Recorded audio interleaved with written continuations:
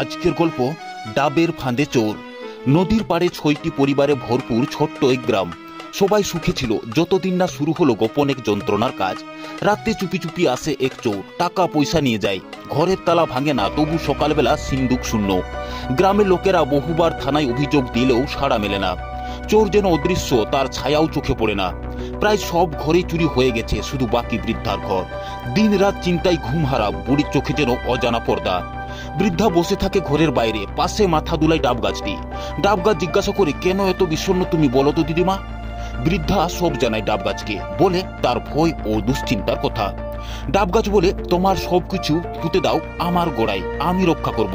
বৃদ্ধা ছোট বাক্সে সঞ্চয় রেখে পুঁতে দেয় ডাব গাছের তলায়।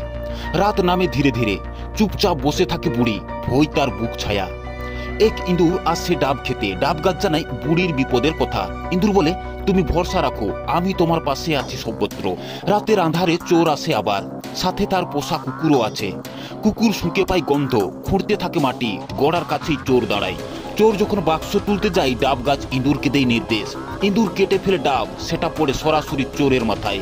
ভীষণ আঘাত পেয়ে চোর মাটিতে লুটিয়ে পড়ে। চিৎকার করে ওঠে বুড়ি। পাশের লোকজন ছুটে আসে লাঠি হাতে। চোর ধরা পড়ে, ডাব গাছেই বাঁধা হয়। সকালে উদ্ধার হয় টাকা পয়সা ও গয়না। যেখানে ন্যায়ের পক্ষে দাঁড়ায় প্রকৃতি, সেখানে অন্যায় বেশিক্ষণ টেকে না।